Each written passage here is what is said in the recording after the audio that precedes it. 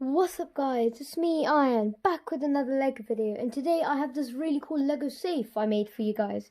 So this is one of my more complicated Lego safes. It's kind of an extension to my last Lego safe from my last video. Be sure to check that out.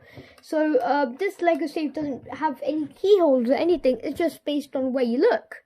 So right now I can't really open it, can I? So this little drawer, I can't open it, but actually at the back there's a little sliding mechanism. So if I slide this to the side, this mechanism opens up, I twist it, and out comes the money. So let me show you what the mechanism is. So guys, this is like the mechanism for the thing. So let me just slide this out quickly.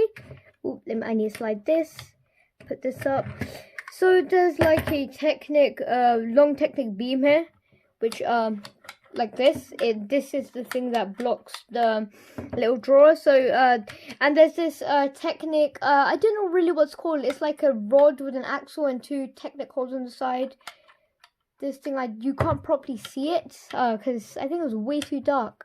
So let me just see if I can actually take it out.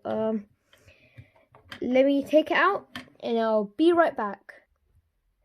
So guys, I failed to take it out, but I can now tell you what it is. It's an axle, a little hole for an axle with double-sided two holes for a Technic Technic axle hole. So this is how it works. There's a long Technic beam going here, and right now this is slided in. It's restricting this from moving, so this can't move either. So as soon as I move this, a Technic beam releases from here, and now I can move it up and down. So I'm gonna make a tutorial in my next video. I'm actually gonna make another mech tutorial too, and another video of safe, and maybe even a tutorial for this. So please like and subscribe if you want to see that, and turn on notification bells. And please comment what you want me to make next. So this is it for today's video. So bye.